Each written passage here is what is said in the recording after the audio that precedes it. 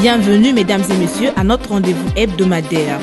Deux titres font la une de cette édition. Clôture de la réunion de fixation des prix des hydrocarbures du deuxième trimestre 2025. Communication de l'intersyndicale des transporteurs en commun du Congo. Merci de choisir DRTVH de Pointe-Noire pour vous informer. Bonnes conditions de suivi de ce journal.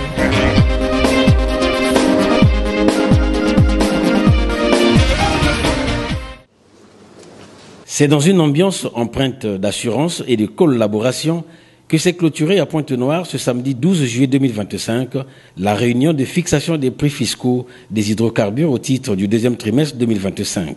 Une réunion clôturée dans une cérémonie placée sous l'égide de Bruno Jean-Richard Itoa, ministre des hydrocarbures, ayant regroupé, comme à l'ouverture, les experts, cadres et directeurs généraux des sociétés pétrolières. Le directeur général de l'économie, l'audit et du trading pétrolier, Jean-Jacques Ikama, par ailleurs président du comité des prix, a pris la parole en premier pour présenter les résultats. Au terme des travaux, les experts ont déterminé les prix fiscaux des hydrocarbures liquides produits en République du Congo, comptant pour le deuxième trimestre 2025, dont les moyennes trimestrielles par qualité d'hydrocarbures sont les suivantes. Geno Mélange, 67,326 $ par baril, Kosa Blend, 66,365 $ par baril, Yombo, 67,154 $ par baril, Kosa Butane, 41,938 $ par baril, Kosa Propane, 29,943 $ par baril. Le directeur de l'approvisionnement en produits pétroliers, Séverin Maxime Mokenge, a quant à lui rendu public le communiqué final sanctionnant les travaux de la réunion. Communiqué final allant de la dynamique du marché pétrolier à la fixation des prix des bruts commercialisés en 2025, tout en abordant le comportement des bruts congolais à l'international. La société organisatrice, Amat Global Resources, par l'entremise de son directeur général, a exprimé sa gratitude à l'ensemble des participants pour le professionnalisme des uns et des autres. Le ministre Bruno Jean-Richard Itoa clôturant les travaux de la réunion. Pour ce qui nous concerne, nous avons la responsabilité de mettre en œuvre notre stratégie en s'appuyant sur trois piliers fondamentaux, à savoir la sécurisation de la production, la modernisation des infrastructures et la valorisation intégrée de la ressource pétrolière et gazière. S'agissant de l'amont pétrolier, je voudrais me réjouir à ce stade de voir que cette stratégie se nourrit régulièrement, constamment de résultats positifs. La récente attribution à Total Energy Congo comme opérateur, nous savons tous que les permis sont attribués à la SNPC comme titulaire.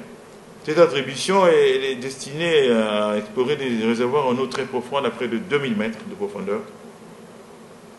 C'est une illustration de la bonne santé de l'exploration au Congo. Le message est clair, l'exploration est toujours là. La production doit être améliorée, doit être augmentée dans une dynamique nationale que nous devons, en tant que ministère, en tant qu'État, continuer à alimenter en proposant des cadres de plus en plus attractifs. Nous avons affiché un objectif lors du forum de 500 000 barils d'équivalent pétrole d'ici 5 ans.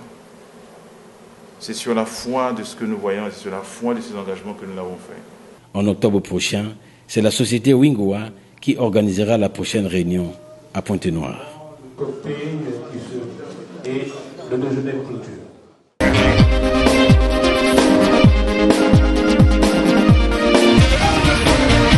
Nkaï, ville résiliente et en pleine modernisation, a vu plus de 16 km de voirie urbaine aménagée et bitumée. 13 avenues ont bénéficié de ce projet ambitieux porté par l'État congolais dans le cadre de la municipalisation accélérée. Mais derrière les rubans de bitume, une inquiétude persiste. Les routes sont belles, oui, mais elles ne parlent pas.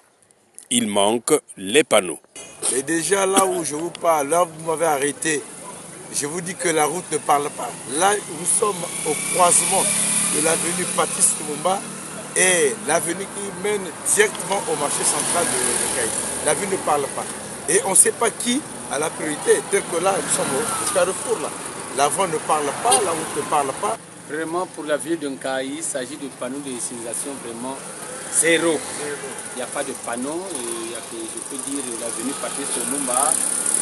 À la croisement de Kayankaya, bon, c'est 2 panneaux qui étaient laissés par les Chinois pendant l'industrialisation, sinon que pour l'heure en tout cas 0. Tu vois, tu regardes d'abord, ça c'est une intersection, non?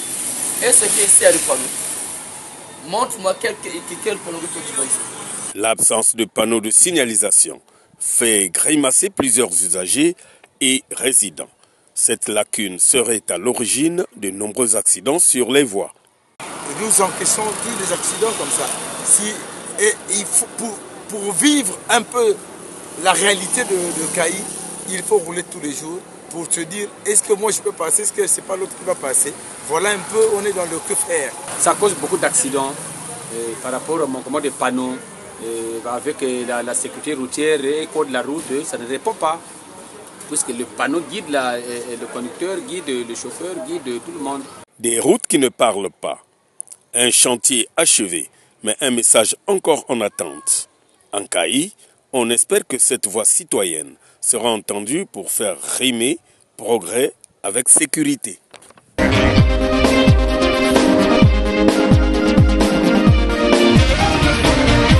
C'est après 8 jours de travaux que les lampions de la 3e session extraordinaire du Conseil départemental du Niari se sont éteints. Clôture intervenue le jeudi 10 juillet 2025 à Dolizy, sous la houlette d'Armand Modi Mafumbu, président de ce parlement local en présence de l'autorité préfectorale représentant l'État.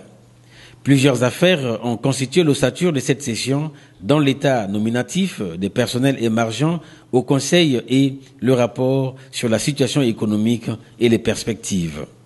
La synthèse des travaux, rendue publique par le secrétaire de la séance, a ressorti quelques recommandations arrêtées. Recommandations portant la tenue régulière des commissions paritaires d'avancement pour permettre aux personnels émergents au budget du conseil départemental d'avancer dans leur carrière. Recommandations portant sur le exécutif doit prendre les contacts avec les sociétés à caractère commercial et industriel dans le périmètre du département du Niari et qui ont leur résidence fiscale en dehors du lieu d'installation.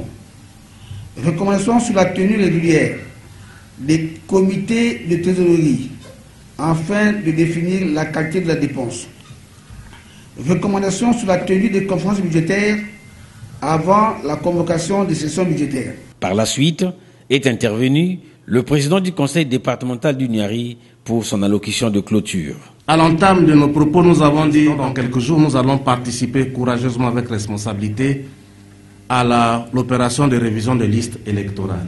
Mais je voulais nous dire, au moment où nous tenons notre session, une crise d'une violence inouïe secoue les économies au niveau mondial. Mais notre pays résiste grâce à cette politique de résilience économique qu'a impulsé notre gouvernement, à la tête desquels se trouve le président Denis Sassou Nguesso.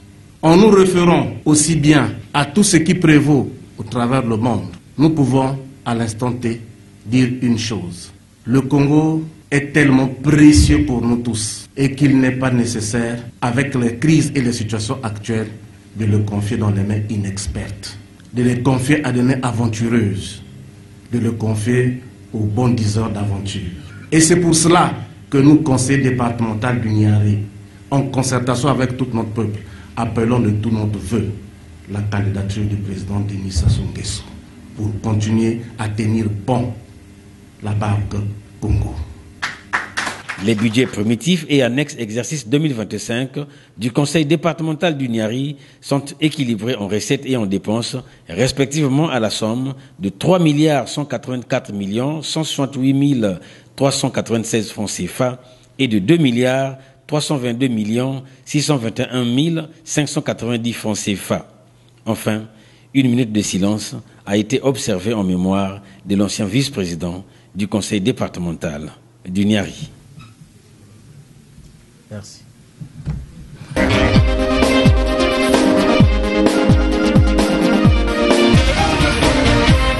La pénurie du carburant, observée depuis un certain moment au Congo, a suscité dans plusieurs stations-service des comportements déviants de la part des personnels des dites stations.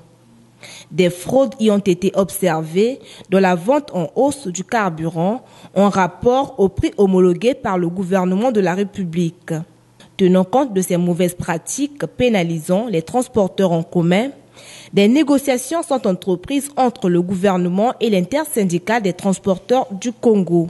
Suite à ces négociations, un numéro vert sera communiqué aux transporteurs en commun du Congo dans les tout prochains jours pour dénoncer ces pratiques répréhensibles mettant en mal l'ensemble des acteurs de la chaîne de transport en commun du Congo.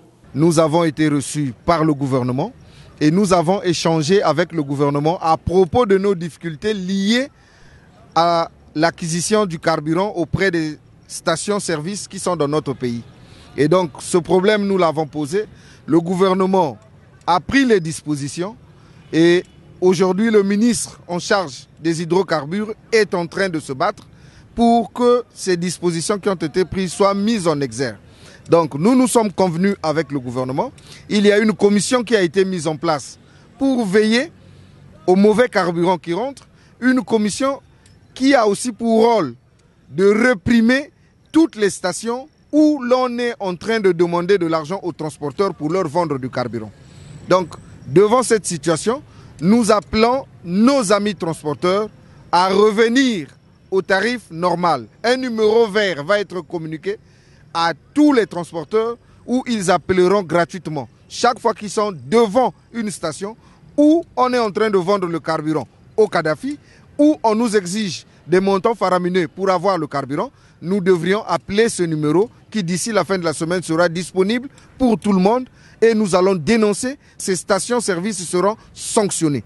Les taxes des véhicules en circulation sont à la charge des propriétaires. Au niveau des transports, le message à faire passer aussi aux transporteurs, c'est celui de savoir que les taxes des véhicules qui sont en circulation sont à la charge des propriétaires des véhicules, donc des patrons. Ce sont les syndicats patronaux qui sont en discussion actuellement à travers l'intersyndicale au niveau du gouvernement pour voir les conditions d'exécution des points que nous avons mis dans notre cahier de charges qui est en discussion actuellement.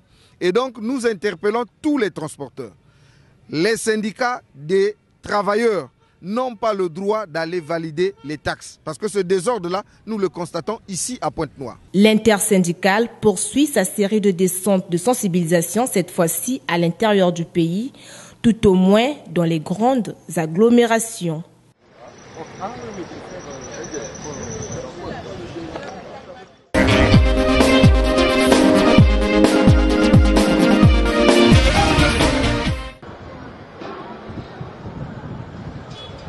En séjour de travail à Pointe-Noire, le ministre de l'Assainissement urbain, du développement local et de l'entretien routier, Juste Désiré Mundele, a consacré la matinée du mercredi 9 juillet 2025 à la visite des chantiers des marchés en construction au marché central Etchétché. Au site du marché central, le ministre accompagné de l'administrateur maire de Lumumba et des techniciens du chantier a eu droit à la visite guidée des installations des marchés A et B.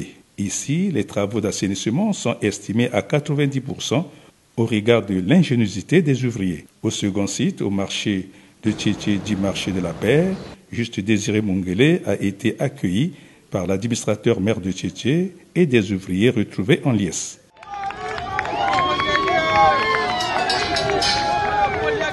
Dans ce site domanial, le ministre a constaté l'évolution à grands pas des travaux à 60% avant la phase définitive d'assainissement. Une fin de visite résumée par le ministre. Ce qui retient mon attention, c'est déjà la vitesse avec laquelle les chantiers avancent, la qualité des ouvrages, le sérieux qui est mis dans la qualité des ouvrages et les finitions. Pour le cas du marché Lumumba, c'est déjà les finitions, puisqu'ils sont en train vous avez vu les niveaux de caniveaux qui sont bien élargis, les regards qui sont prévus, les voiries, même les passages qui sont aussi réalisés, et ça avance très bien, et ça c'est ce qui retient mon attention. Et concernant le marché de la paix, c'est la vitesse, parce que je suis passé ici à moins de 2 mois, et là je reviens, franchement je suis surpris de voir que les travaux se déroulent très bien et au bonheur des populations. Donc à ce rythme, et avec une période, profitant aussi de la période de la saison sèche, puisque En ce moment, la pluie n'y est presque plus. Et je pense que non, ils sont en train de bien avancer, ils font du bon travail. Et non, je pense qu'on sera tous heureux. Pointe-Noire avait son marché de Lumumba, avait son marché qu'on appelait jadis le marché de Fontietier. Les Ponténégrins, les Ponténégrines vont retrouver bientôt ces mêmes marchés, mais beaucoup plus modernes, beaucoup plus accueillants. Et voilà, donc ça va intégrer aussi toute belle l'architecture de la ville qui est en plein chantier. De grands marchés assignés de Pointe-Noire qui vont mettre en valeur ces centres commerciaux de la ville au grand bonheur des populations qui sont restées en attente de ces joyaux depuis plus d'une décennie.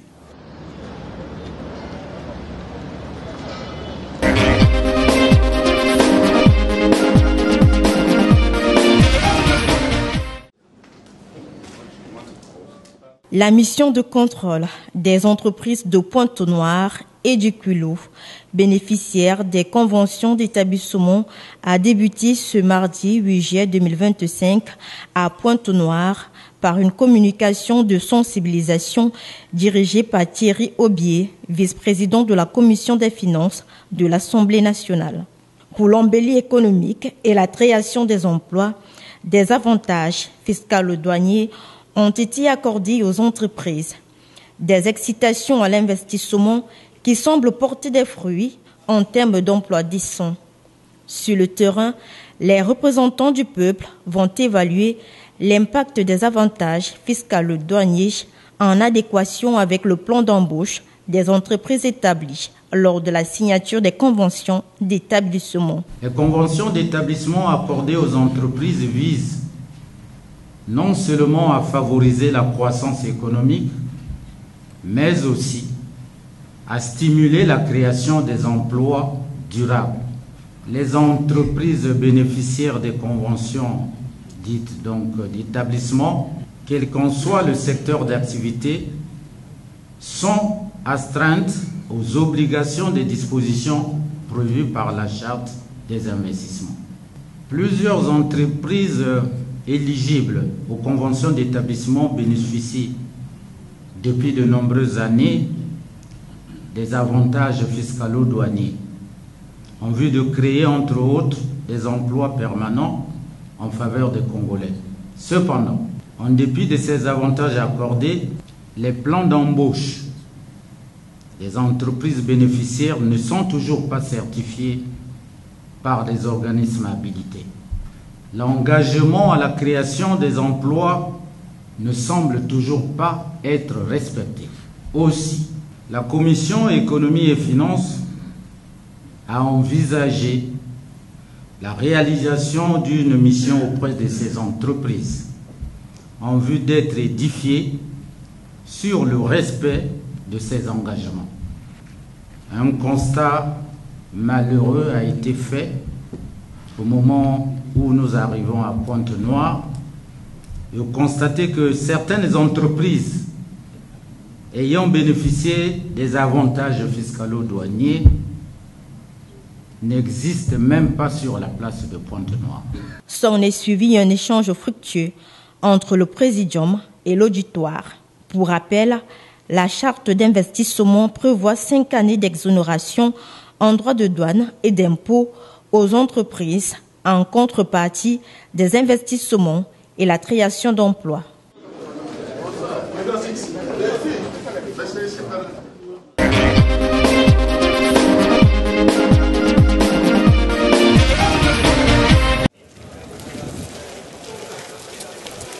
En séjour de travail à Pointe-Noire, le ministre des Finances, du Budget et du Portefeuille public, Christian Yoka, a été reçu par le staff dirigeant du chemin de fer Congo-Océan le samedi 5 juillet 2025. Une réception donnant l'occasion au ministre des Finances de visiter les ateliers de l'entreprise du rail au kilomètre 4 pour se rassurer des difficultés majeures que vivent les cheminots. Le chemin de fer Congo-Océan, autrefois épine dorsale de l'économie nationale, peine à se relever à cause de sa situation financière très dégradée. Le ministre, en homme de terrain, a visité la quasi-totalité des services du CFCO kilomètre 4 où il a constaté, entre autres, la vétusté et l'insuffisance des locomotives. Après Cap sur la direction générale du chemin de fer Congo-Océan. Ici, Ignace Nganga a présenté la situation générale du CFCO. Pour lui, la présence du ministre réveille des espoirs longtemps contenus.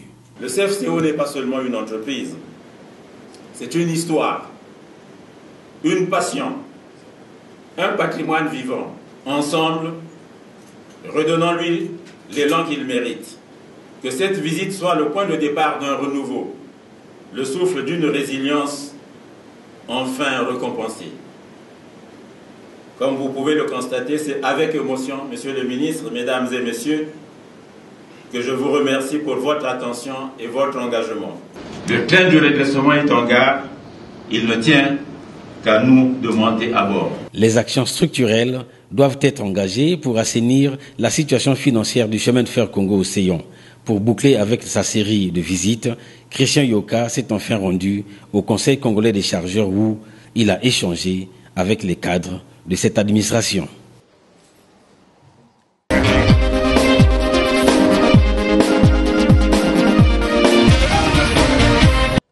Organisée par Amat Global Resources, la réunion des prix fiscaux des hydrocarbures au titre du deuxième trimestre 2025 s'est ouverte ce jeudi 10 juillet 2025 à Pointe-Noire sous le patronage du professeur Maker Bati, directeur de cabinet du ministre des hydrocarbures, représentant le ministre empêché. Les experts et autres cadres des sociétés pétrolières appelés à ce rendez-vous des hydrocarbures ont massivement répondu présents à cette cérémonie. L'objectif principal de cette réunion est de déterminer d'un accord commun entre les autorités congolaises et les compagnies pétrolières les prix de vente des hydrocarbures produits au cours du trimestre écoulé. Ces prix sont fixés conformément à la réglementation en vigueur et au contrat de partage de production. Au nom de la société organisatrice, son directeur général a souhaité la bienvenue aux participants, précisant ainsi la portée stratégique de cette rencontre. Cette rencontre revêt une importance stratégique car elle vise à garantir l'alignement de nos évaluations économiques avec les variations soudaines des indices de marché de référence en un moment de grande tension internationale. Organiser cette réunion pour la première fois après avoir fêté il y a 10 jours nos 2 ans d'activité nous honore énormément. Monsieur le directeur général du cabinet du ministre des Hydrocarbures, distingués invités, Mesdames et Messieurs, au nom d'Amat, je tiens à remercier le ministre des Hydrocarbures, M. Bruno Jean-Richard Itois, pour sa confiance et les membres de son cabinet pour leur appui à bonne organisation de cette réunion. L'enjeu de cette réunion est très important, a indiqué le professeur Maker Bati à l'ouverture des travaux de cette réunion. L'enjeu qui nous réunit aujourd'hui dépasse la simple fixation d'un prix. Il s'agit de définir ensemble une trajectoire tarifaire qui reflète les réalités du marché tout en servant les intérêts stratégiques de notre pays. Cette démarche requiert une approche lucide, structurée et empreinte de responsabilité partagée. Elle implique de croiser les analyses économiques, les contraintes opérationnelles et les attentes budgétaires dans un esprit de collaboration et de transparence. Seule une évaluation rigoureuse, enrichie par la pluralité de nos points de vue, permettra de faire émerger une position tarifaire solide, crédible et fédératrice. Je vous encourage à engager des échanges ouverts, précis et orientés vers des résultats concrets. Cette réunion constitue un cadre privilégié pour consolider nos efforts collectifs, harmoniser nos pratiques et affiner notre vision commune du positionnement commercial de nos bruts. Chaque partie prenante apporte sa contribution en tenant compte à la fois des exigences du marché et des intérêts nationaux. Cette réunion des prix fiscaux des hydrocarbures prendra fin ce samedi 12 juillet 2025.